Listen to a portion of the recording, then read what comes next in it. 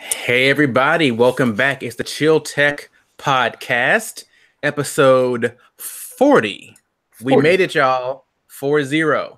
I'm Christian. We got Javon, Keon here. Shalom, What's up, guys? shalom. How's it going? I'm sick. I'm not. Yeah.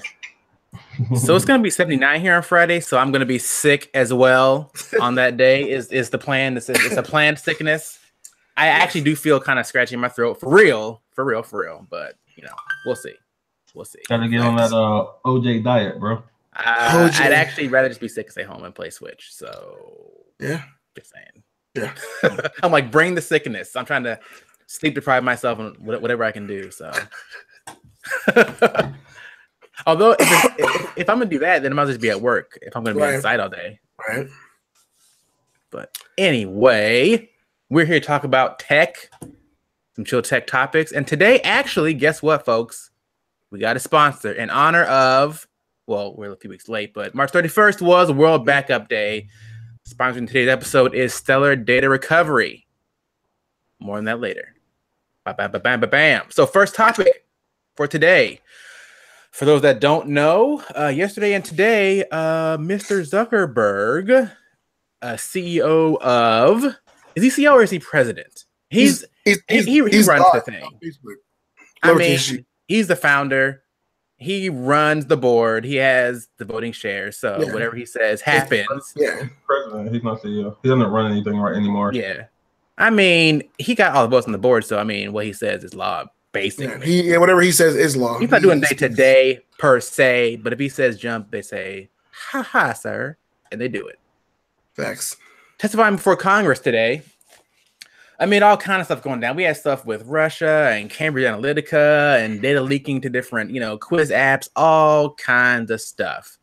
So finally, he's up before Congress, testifying, answering questions. So we actually were looking around trying to get some a good place to find kind of a summary of what's been going on because, like y'all, we work. So we couldn't sit and watch it all day yesterday or today. So we went to CNBC, said, hey, y'all, what's the deal?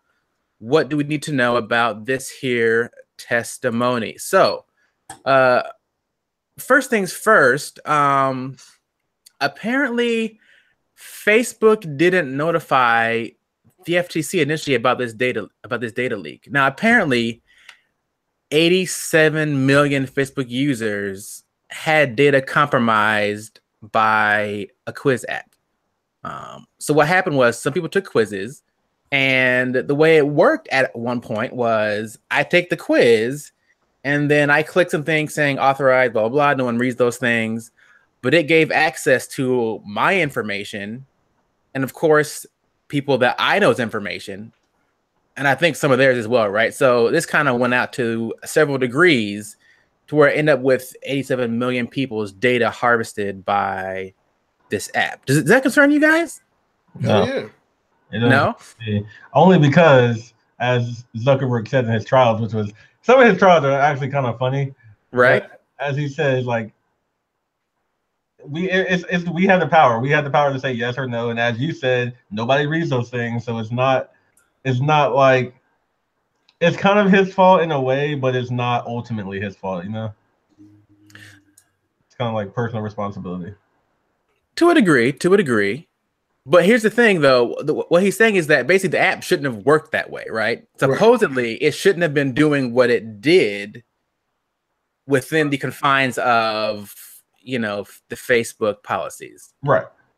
Now, see, the weird part is that what Facebook is saying, it's a case of, it's not my fault he wrote me into this, and it wasn't my fault he wrote me into this, right? It was a really me-seeks moment because essentially they're saying, yeah, we gave cameras, analytics data, but they didn't say what data was going to be used for and how much of it they're taking. They're just pretty much using that Facebook plugin to harvest data. And the person at Cambridge Analytica is like, all we did was, set up a quiz for for whoever our clients are to gather data.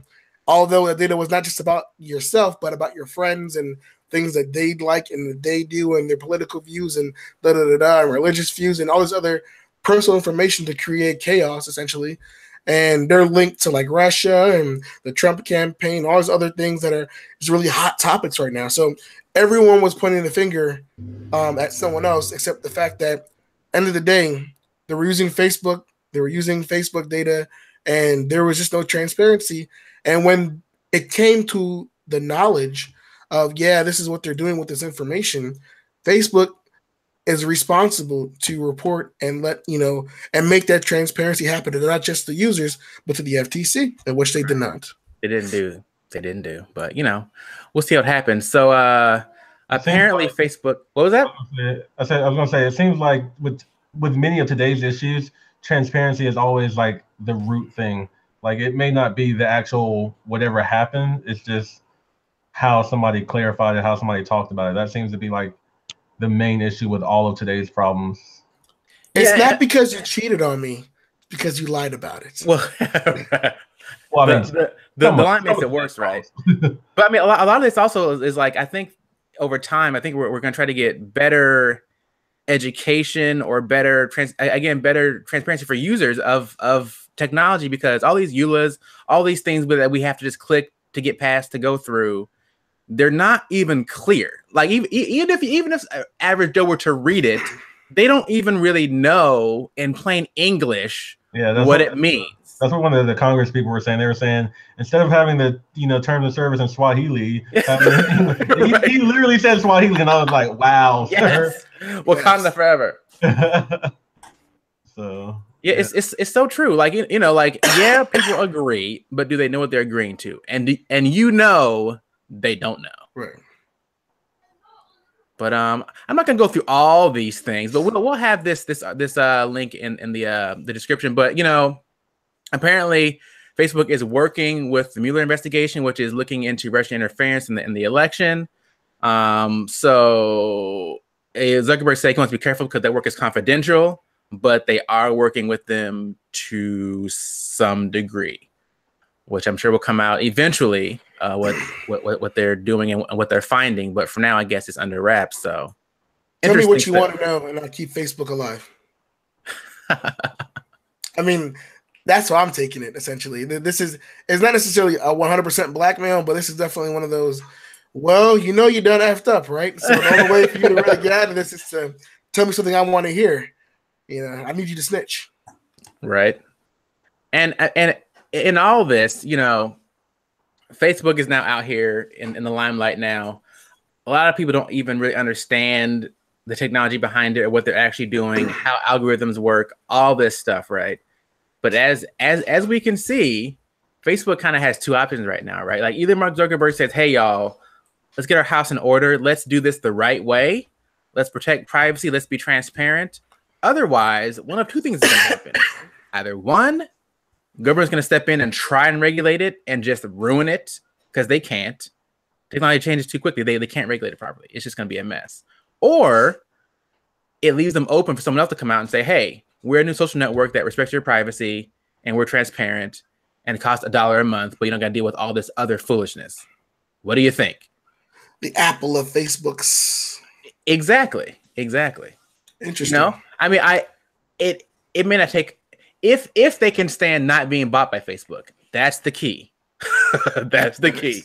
Because Facebook is going to offer them a check for, $10 billion. Just sell to us. It's cool. Here's a check. You don't want to work. How many people are willing to even pay me?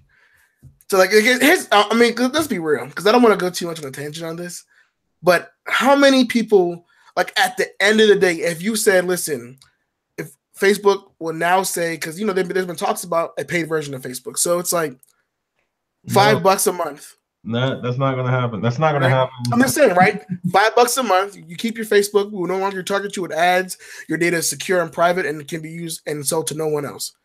But now you're paying for the service. We're not keeping it alive. How many users do you think they will have out of the billions of users they have now? Like 90% of Facebook would leave. 95% of Facebook would leave. I mean, they will still have a free version, right? Like they said, right? There'll still be that free added version of Facebook. Right. Nothing will change, right? Everyone will be like, yeah, the free one's fine. If they still have the free version, then 70% of the people will leave.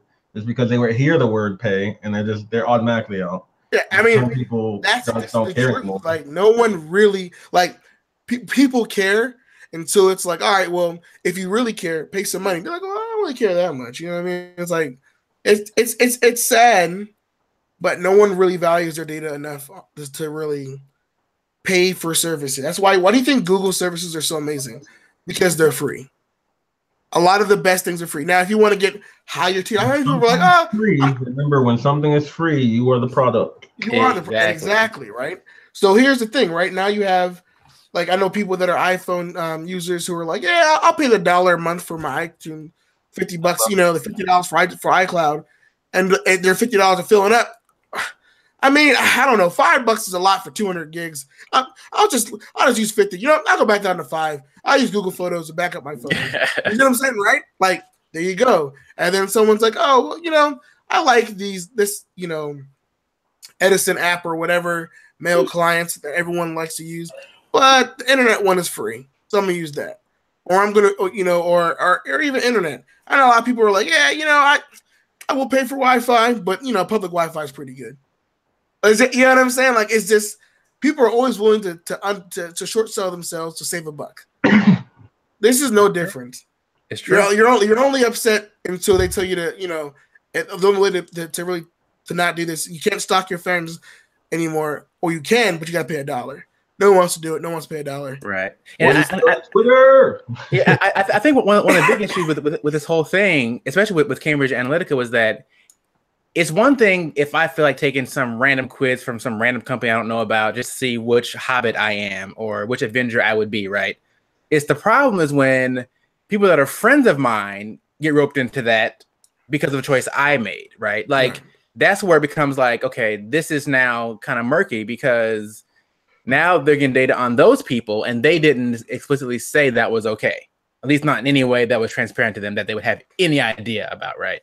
And that's where it gets tricky with all these networks and all this mesh of information is how can someone that wants to be private do that, right? And still be part of some kind of network. And maybe it's not technically, I'm sure it's technically possible, but they don't feel like doing it apparently. They'd rather just roll the dough. I heard something like 97% of their revenue is ads, which makes sense. Yeah, so basically, they're an ad company, right? They publish content and they run ads and they make all kinds of money. So maybe it's time to move on from that model, potentially some kind of way. I don't know. Is it sustainable? I guess we'll see. I look forward to seeing more articles. I should have gone to the Onion to see what they had about this. That's probably even better. Well, like personally for me, I wouldn't mind necessarily, depending on what I could do, paying for a social network. I wouldn't necessarily mind. It just depends on what all it offers. Right. Well, let's not forget that Instagram is cool and Facebook owns Instagram, so they can do they can make a good social media app. Yeah, I mean, yeah, Instagram is definitely far less intrusive, right? Like it's much more one central purpose. And I guess the other difficulty with Facebook is that, if you got 1,000 friends or whatever, like there's no efficient way besides Facebook coming up with some algorithm that they've made for you to really consume all that information. Facebook just does too much. It's too much, and so they built these algorithms to help you. Yeah, who really has 1,000 friends? Like, you don't have 1,000 friends that you got to talk to. Right, but you may be connected to 1,000 people, and like you just see like.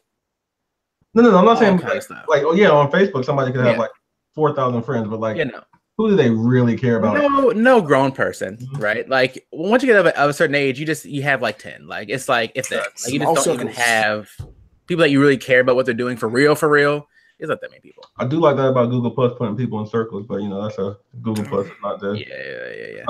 I mean, if it's Facebook. I mean, I think if they split up Facebook into like segments. I mean, because people forget, Facebook owns Oculus and they do stuff, and they have this tech firm thing about them where they're also a cloud company, and you can just save game data across different networks and all these other junk. I mean, it's like. There's not like they do so much stuff, which makes it so weird because they're so entangled in your lives, just like Google. But the difference is that Google's like, hey, we're not bad guys. They're very open about saying they're not bad guys with your data, right? Facebook's like, I mean, we have your data, but I mean, they're like, I may or may not be a bad guy. Oh my God, sorry. It's just I don't know. I just feel like that they do dumb stuff, and they can. It doesn't have to be this way. I'm not even a Facebook user, to be honest with you, and I'm saying like it doesn't have to be this way. I don't think it's as bad as I think that the data leak is bad, but I think that they're not this uphill climb to make Facebook make Facebook a better platform isn't like not there. I think they can do it. To be honest, for me, and maybe just because I'm old, I mean, maybe 35 is old, but I feel like if it wasn't for like keeping track of my family and letting them kind of have an idea of what's going on with me, like in an efficient way, I probably just drop it all together. Like honestly, like it's cool to keep in touch with all the friends and stuff, but at the end of the day, that's the main reason why I'm still on there. Is like, okay, I'm on here just so I can my mom can see, oh, I was at this concert with my son, or he's doing this, or because she just watches and just will comment every night. Oh yeah, I saw you were over here. Get on Instagram. Right, Back in our day, we used to call our family members when we had. I ain't calling. I'm not printing out pictures and mailing it to them or emailing them every time something. Like it's just more efficient to have a central place where you can Google Photos. Look, Jovan, my mom barely uses Facebook. Exactly. Like you can explain one thing and look. But real talk though, and she's quit like 5-6 times. Instagram right? is like the app though. Like, because a lot of people go on Facebook to just stalking everyone's photos, right? You just scroll up and down, and then you see the photos. You don't have to dig for them. It's just easier. It's easier. If you're a creep, yes, it is easier. Yes, creep all day. Hashtag creep. All right. Well, I think we've covered that pretty well. Again, I don't think any of us got to watch the actual hearings. I heard it was interesting in that a lot of the Congress people just obviously don't know what they're talking about with tech.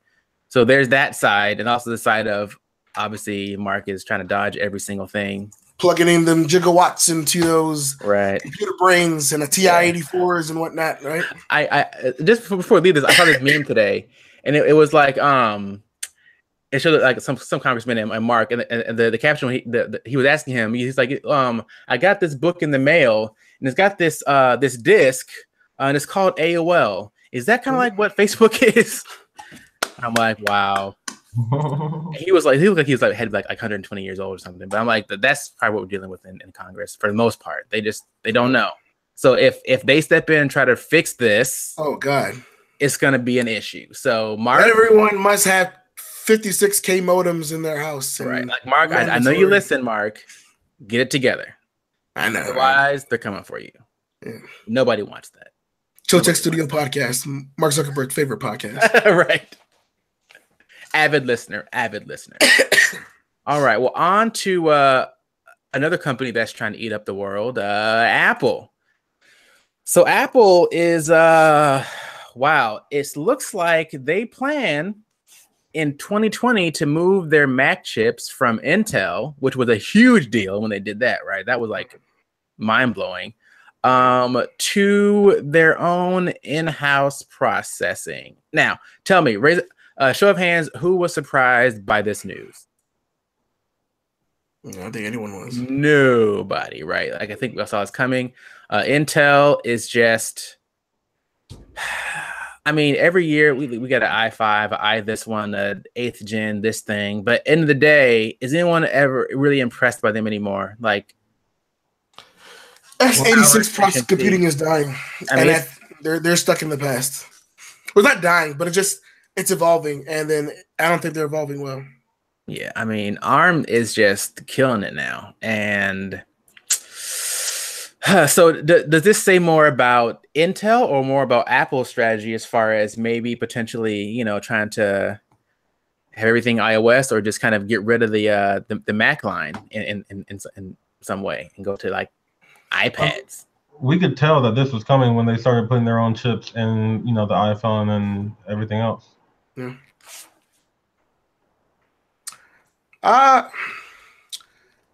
Honestly, I don't see Macs. I see Macs evolving as well as because I think there will be Macs, unless because Apple, I believe Apple when they say they'll never make a touchscreen Mac, right? I believe them. I totally believe them. I know. So I do because I think like they'll pull a iPad Max Pro or some shit. You know what I'm saying? I feel like when it comes to the Macs, the only way we'll see a touchscreen Mac is if MacBooks run iOS apps. That's still a touchscreen Mac though. But they won't name it a Mac, right? It'll be like the iPad, the iPad book, the iBook. Did iBook. There, I did that right. iBook Pro. No, not iBook, just book. The Apple book. Apple. You heard it first. You heard it live and exclusive. Apple book the coming Apple 2020. 2020. Watch. It has a A20 chip with a exactly with a AMD co-motion graphics processor, quantum fusion chip. It has a Retina display. I mean, it makes sense. I mean, honestly, Google is, they're using ARM to really maximize the ability to use Google Play apps on Chromebooks and Chrome tablets, and Microsoft is working to make Windows available on ARM processors and kind of step away from x86 legacy. Apple is just doing the same thing, and it makes sense because, as we've seen from their mobile devices, although they have raw power, the raw power doesn't always translate into a faster device, but it does lead to overheading with future-proofing with longevity of software updates. So because of more power, you can update your device longer, and it can keep up to date with better versions of software and things. Where, although I don't think Macs really slow down too bad after 5 or 6 years, to be honest with you, but it will make them more, I guess, future proof. When you buy a Mac with an Apple processor in there, it'll just do more things, and they have more control over the software hardware integration to a point where even Intel doesn't really give them exclusive stuff anymore. Remember, like when Thunderbolt first came out, and they had all like that exclusivity with Thunderbolt and all that stuff with FireWire. You know what I'm saying? They were like, they lost all that stuff. Now it's just like, oh yeah, we have stuff that everyone else has, and that's not really Apple's thing. So for them to have a Lightning port connectivity, you know what I'm saying? Like, that's when they need their own processors, and you can control your own components and everything, your own circuitry, and it's just from building an OS from architecture down for a desktop experience.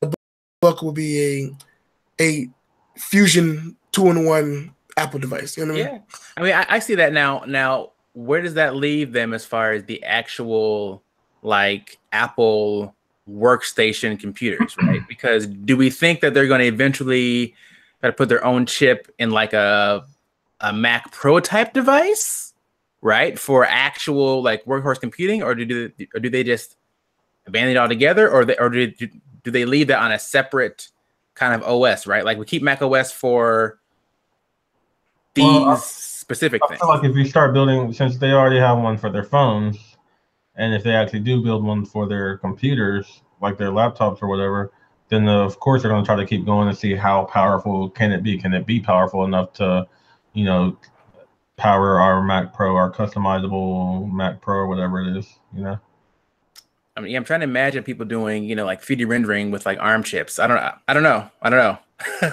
Maybe. They might find a way. Interesting. All right. Well, folks, quick break in the middle here to go back to our sponsor, Stella Data Recovery. Again, folks, they reached out to us, and guess what? They want to give you guys a deal. Jovan, tell them what they won. He's coughing. And he's back. Another box. Let's see. They won some data recovery software from Stellar Phoenix. You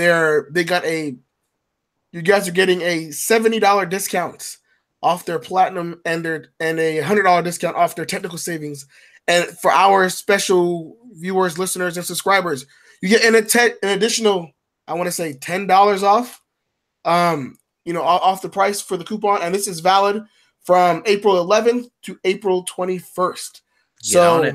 Get on this if you are someone that wants data recovery software for both your Mac and your Windows. And this is really good for recovering those lost photos and videos that you have lost and think that is gone, but you probably just deleted it. this can get it back.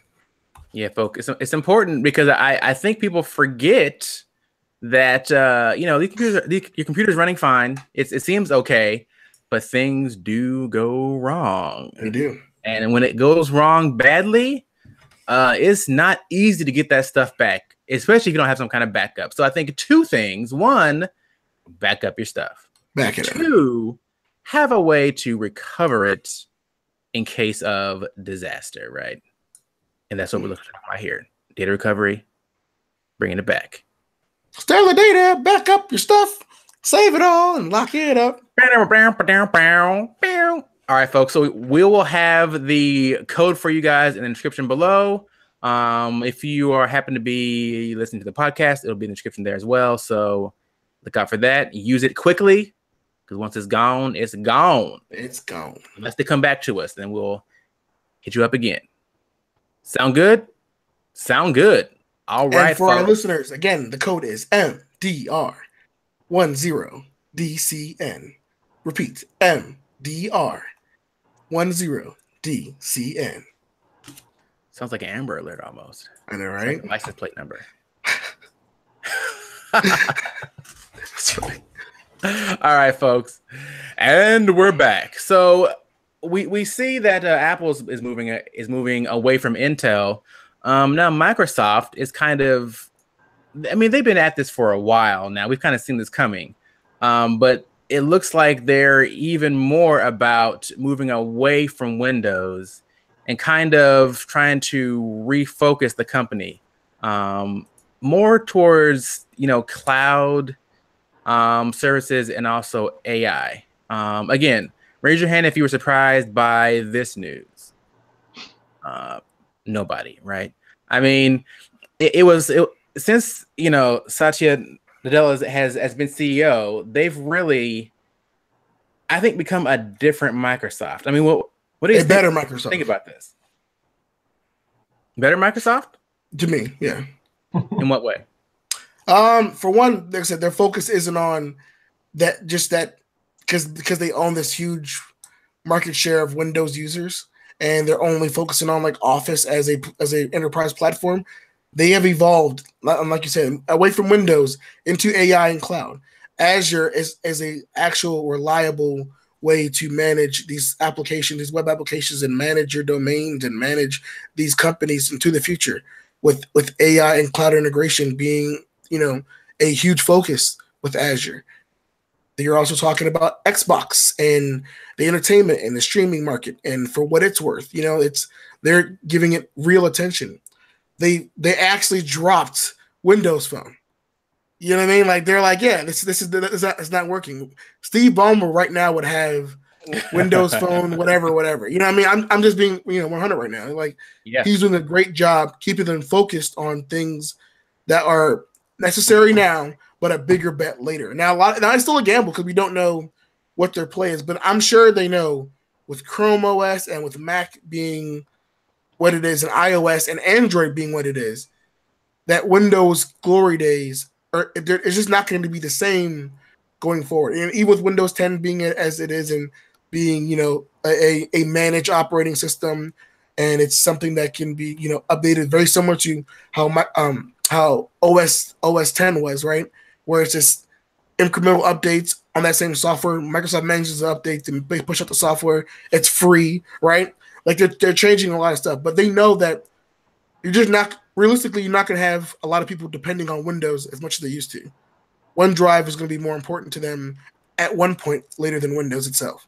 Yeah, for sure. And to kind of underscore this, this is out of thin air. Basically, Microsoft announced their reorganization of the entire company executive structure.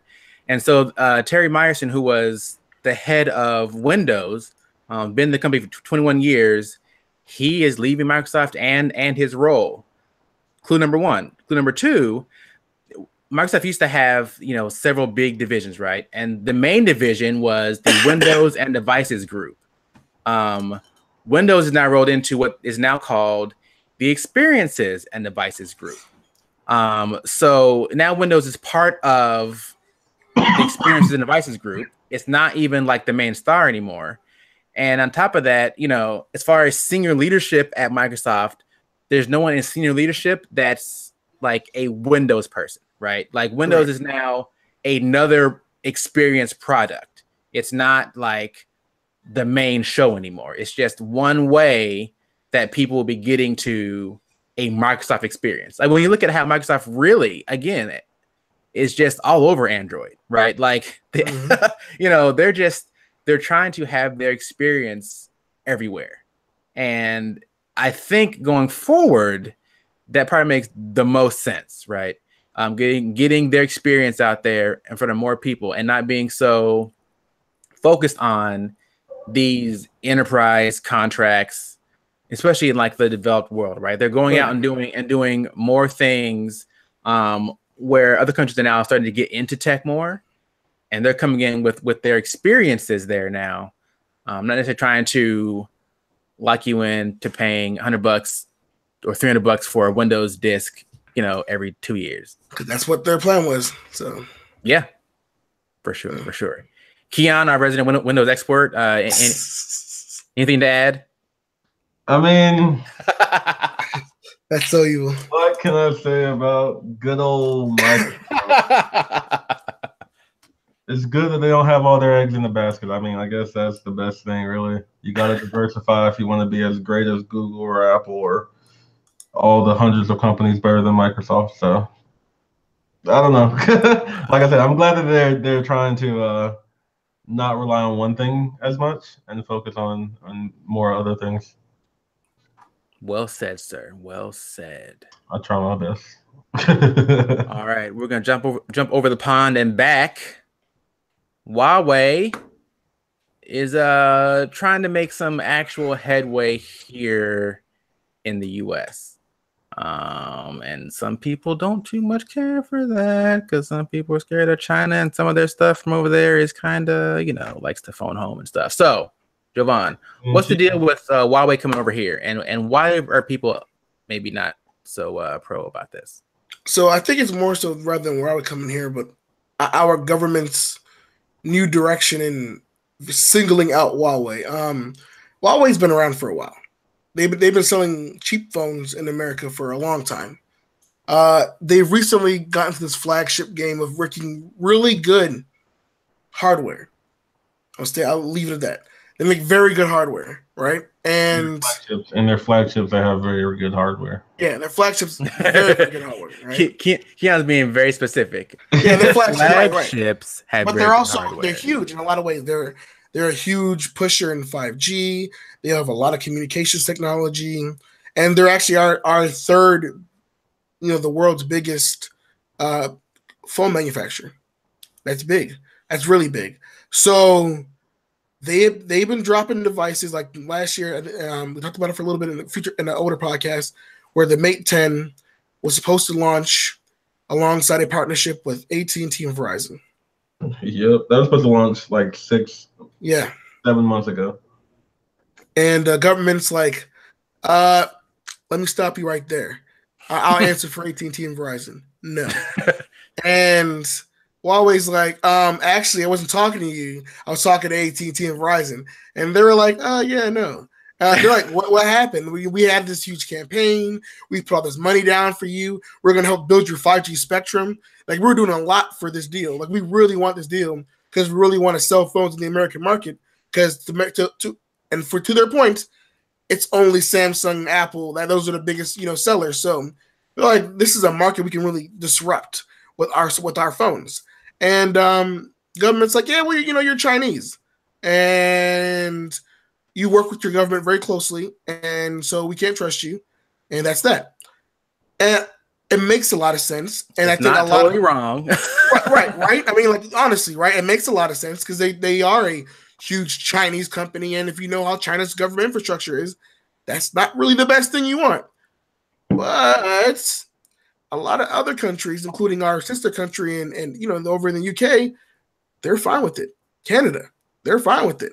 India, they're fine with it. So we don't know, what's going on. And to Huawei's defense, like they said, there's been no evidence that they have been tampering or compromising their devices in order to support the Chinese government. They're saying we are very transparent with what we do. We just want to sell you good phones. The end. And also they build their own processors. They build their own processors also. So that is a thing also. But all the specifications have been sent over to the FTC. They got FTC certifications. So it's not like, they're doing some crappy, shady stuff. I mean, out in the open, right? So, I mean, you know what I mean? So there's a real conundrum between whether or not a person should buy a Huawei device that lives in the USA. Because everywhere else in the world, they buy their phones. They wouldn't be the number 3 manufacturer if they didn't. So they buy their phones, they buy their laptops. And, I think Keon, he knows a decent amount about the P20 Pro. So, I mean, like, would you buy it? Me personally, no, because it's not made by Google. But, but it is a good device. And I've actually had Huawei phones. I've had Huawei smartwatches. I've had Honor phones. And, I mean, I don't fear that, they took all the information I put in on the devices and think they're going to tell, whoever. I'm just like, it's a phone. And just like Devon said, like, everybody else uses it. Like, why? What's going on? But of course, it's definitely our recent changes in government. The new head of our government lately, he probably has some issues with China. And the U.S. and China, I mean, even though we're cool some places, we're not cool some other places. And I think we're fighting right now. So it's just not a good time for Chinese companies. So Huawei kind of get the bad end of the stick on that one. For sure. Now what about now we talked about the phones, but because I don't think you guys know, but also they sell routers too, right? But they're not even trying to sell the routers here, which is funny, right? They're not even trying to sell the router. They're just like, listen, we'll just give you, because that looks suspicious, right? I mean, let's be real, right? That would be suspicious. They're like, yeah, buy the Huawei 5G router, right? They're like, no, we're just selling our devices. But what really caught me was off guard, was a little weird, was the MateBook X, and that's a Windows device running Intel hardware, and a lot of the internals, there's nothing different. It's not their own custom QRAM processor or anything like that. And then Huawei lost that. They can't sell that laptop no longer in Best Buy, only on Amazon or B&H. It's a good laptop. It's a damn good laptop and it's not cheap, but it's less money than a MacBook, which is, I think it's resemblance to, right? And also a Dell XPS, right? So it's like, I don't know. I'm really stumped here, because I like, would you guys like, if you looked at the Huawei MateBook X and you know the price and you're in the market for a laptop, would you not pick it up because it was frowned upon? Like would you feel like you can't bring it to work or anything like that because you're just gonna get too much shit?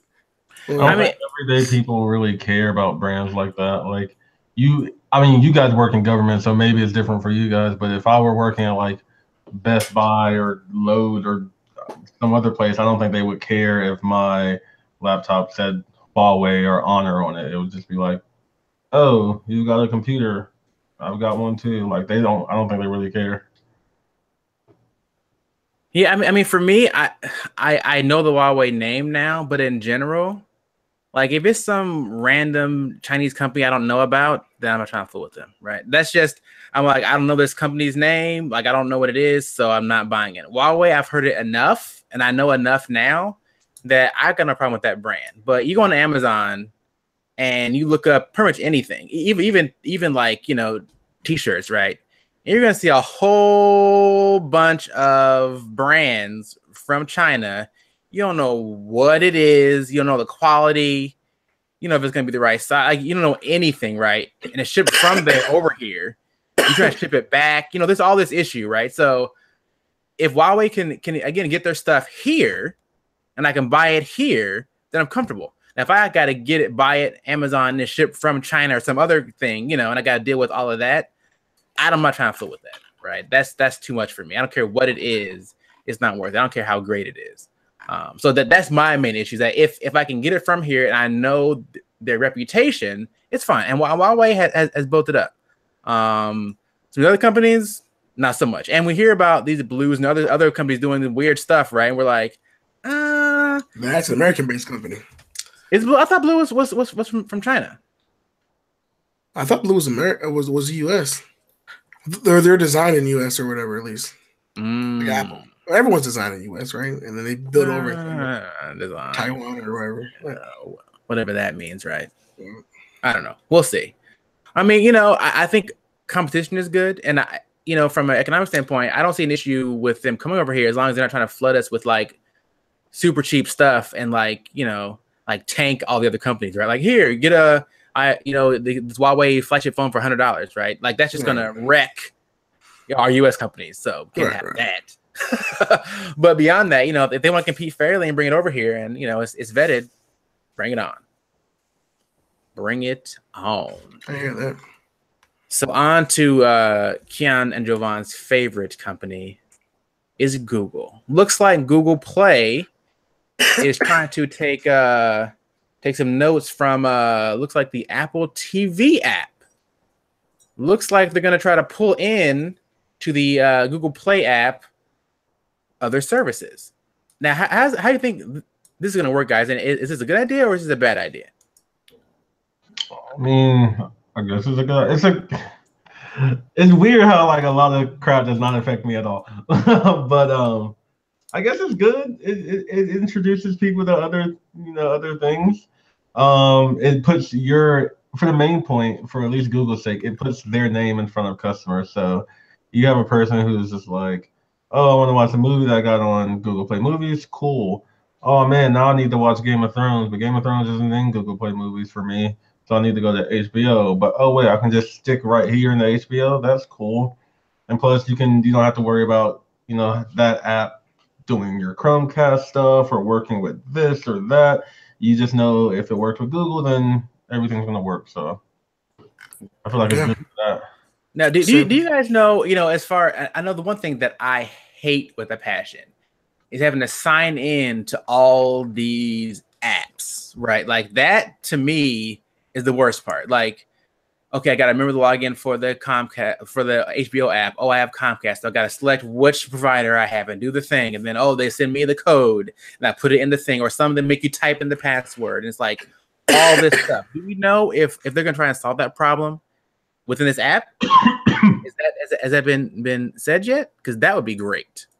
I mean, I feel like you're still going to have to sign in just so it knows what account to pull, like some kind of single sign-on, right? Like some kind of federated sign-in. You just sign into that one app, and then it just kind of. Yeah, I don't know if it's going to be single sign-in because you can have like a different email for Hulu versus HBO versus your Google email, so it might just be autofill APIs.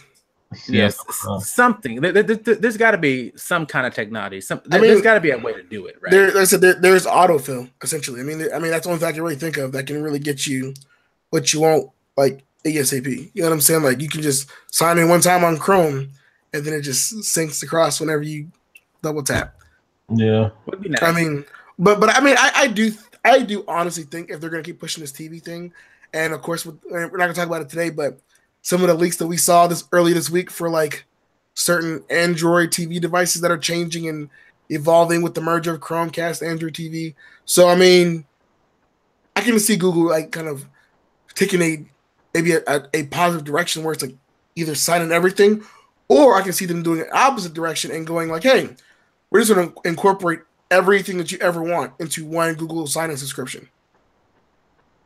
Yeah, I mean, Amazon kind of does it, right? With their video services. Yeah, you I want to add HBO, I add it through Amazon. Yep. Now it's Amazon, all here. And then now it's all in. So maybe they do it that way. You know what I'm saying? They instead of trying to do the Apple route, where it's just you go into the app and sign in to Apple TV providers or whatever. You're just like, you just sign into Google Play, and then you add, Showtime, HBO, Hulu, Netflix. You know what I mean?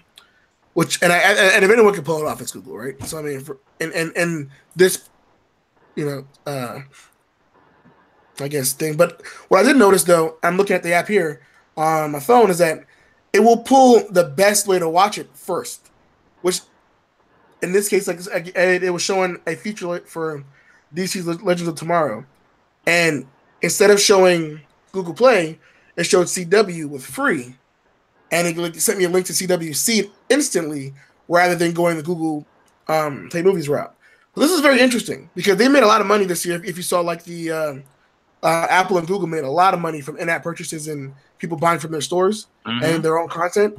So the fact that they're even pushing other provider stuff above their own, maybe they really give it, they give a crap and they want to make this a better experience for anyone. Or maybe, CW said, "Hey, we'll pay you an extra whatever, and you list us first for relevant searches, or we get like a higher rating in the algorithm." Okay, so everyone's probably doing that. I don't know if Hulu really accept that though.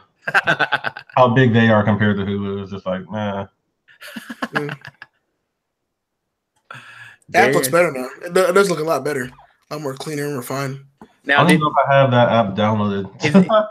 So, Jovan, did you get that from the Play Store, or you had to get like the APK directly? It literally rolled out as we're talking. Nice. Oh, I do have Play Store. Well, I gotta do that.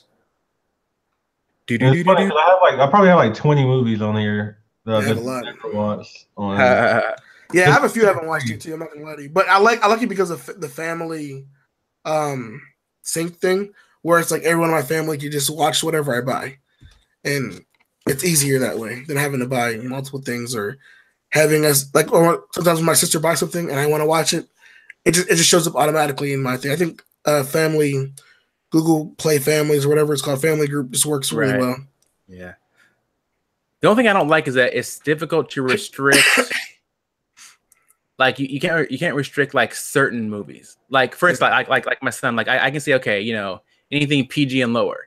If I say PG-13, then he sees all of them. Yeah. And I can't say which ones, right? So I have to. So now I'm like, you can only see PG. Sorry.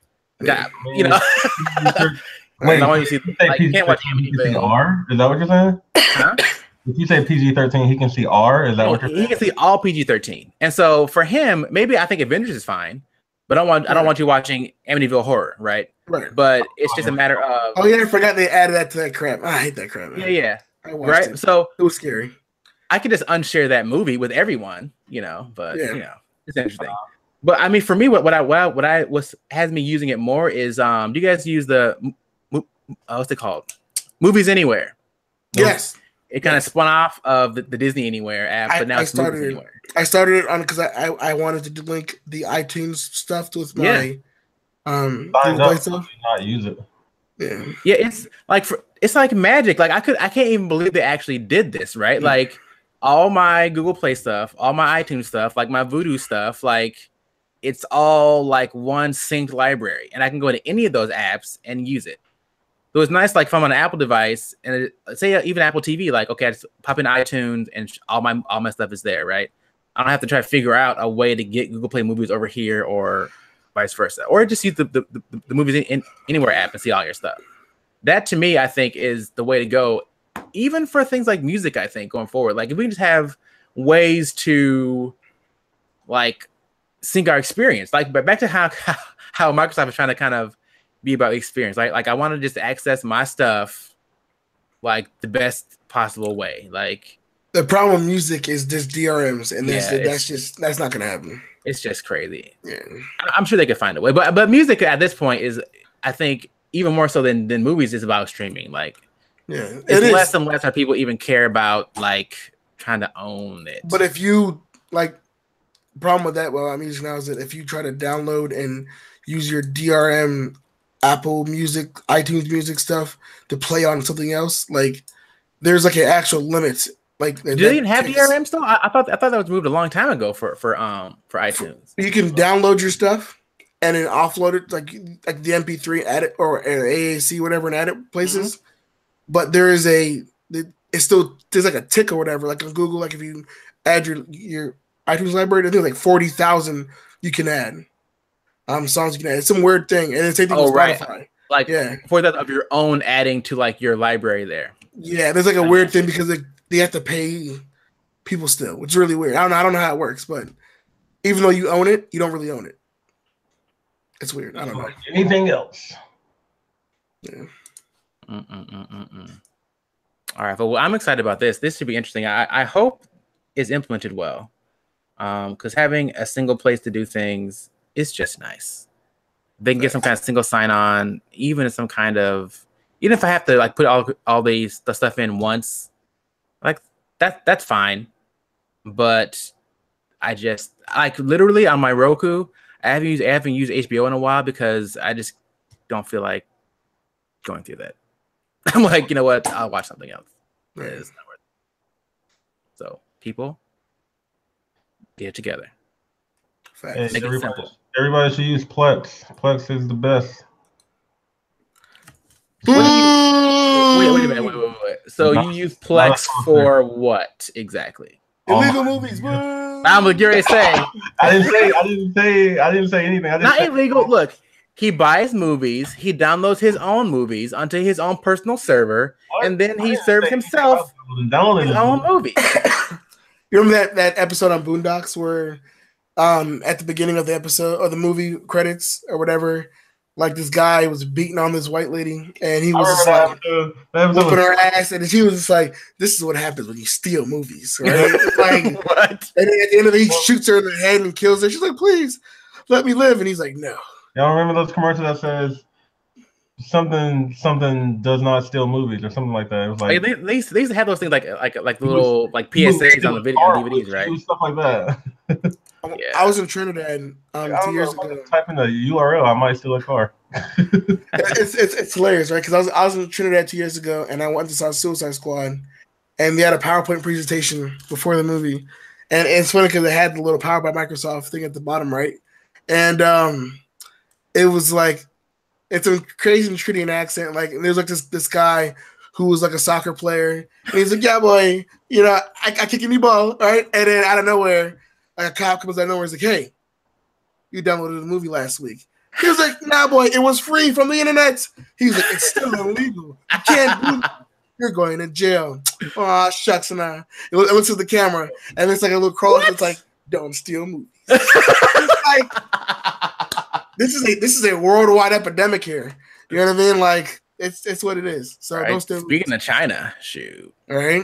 So nah, I can't say nothing, man. I gotta get psyched. I wish I could tell you that, but I can't. Yeah, well, you know, I got married, so my wife was like, "Not in my house." She wants no FBI. She wants no letters from Comcast. She wants no FBI knocking on our door. So, which is why I do sponsor a VPN software. My mom's straight right, exactly. NordVPN, man. Sponsored by Plex, yo. Sponsored by the Onion browser. All right, folks. Sponsored by Tor. That's what. Exactly. Anyway, I'll leave it at that. I will leave it at that. Thanks. All right, folks. Well, don't forget my sponsor today, Stellar Data Recovery. Hit up that offer code, save some money, and save your data. All right, folks. Keon, with you. Yo. Where can they find you? What's new? What's up? Nothing's new. A lot of stuff should be new, and a lot of stuff will be new soon. So keep an eye on that website. Where can you find me? You can find me at Chaosr, KHAOSZR, anywhere on the internet. And yeah, that's it. Cool. Jovan, sir, what about you? One video is already done. Other one's working. First one will be uploaded on Monday. So check it out Monday around like 11. That's what's up. Jovan won like the video completion pool or something, right? Like we've all been I did. Yeah, man. So, man, yeah, like, so Jovan, before we get to me, like, where can they find you? Like, you know, like when you're posting your Instagram pics. Jovan49 on Instagram. Ooh. I'm private, so I have to vet you first.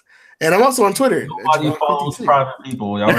Listen, they follow me, damn it. I have like a whole list of like 45 people that are those are bots. Those listen, are not real they're my bots, okay? And I will vet those bots. Anyway, those chicks are not real. And then it's Twitter at Javon52 and how you got different numbers, man? Because man, it's just what it is, man. Ain't a lot. And oh yeah, and also Google Plus because I still use that.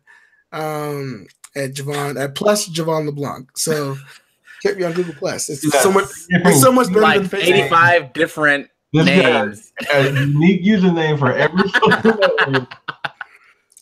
Yeah.